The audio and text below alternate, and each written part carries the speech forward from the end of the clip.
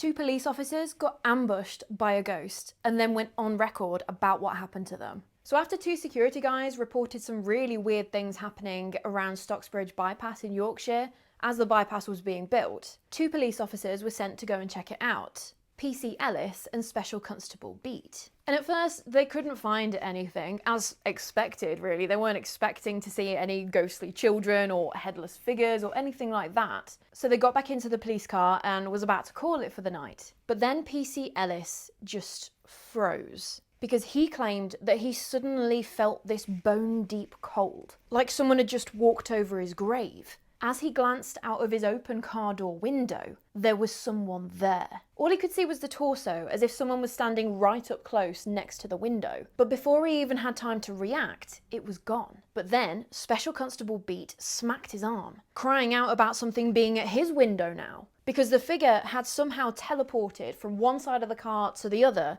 in an instant. But this time, on the Special Constable's side, it leaned down and peered into the car. Just gave the police officers a full-on horror movie glare at them, before, yet again, it was just gone. And at that point, they decided, yeah, I think it's time to leave now. Except they couldn't, because their car just wouldn't start. So there they were, stuck in the pitch darkness, on a construction site in the middle of nowhere, being haunted by a ghost that can teleport, and they have no idea what's wrong with the car. Just great. But it gets even worse, because then something started slamming into their car, over and over, as if the car was being smacked with a baseball bat or something. The officers couldn't do a thing, they just had to sit there. They were totally helpless, while whatever this was doing its best to scare the life out of them. And only after minutes of pure panic did the engine finally roar into life. And funnily enough, they got out of there immediately. But once they got back to the station, they went straight on record and filed the report about what had happened to them.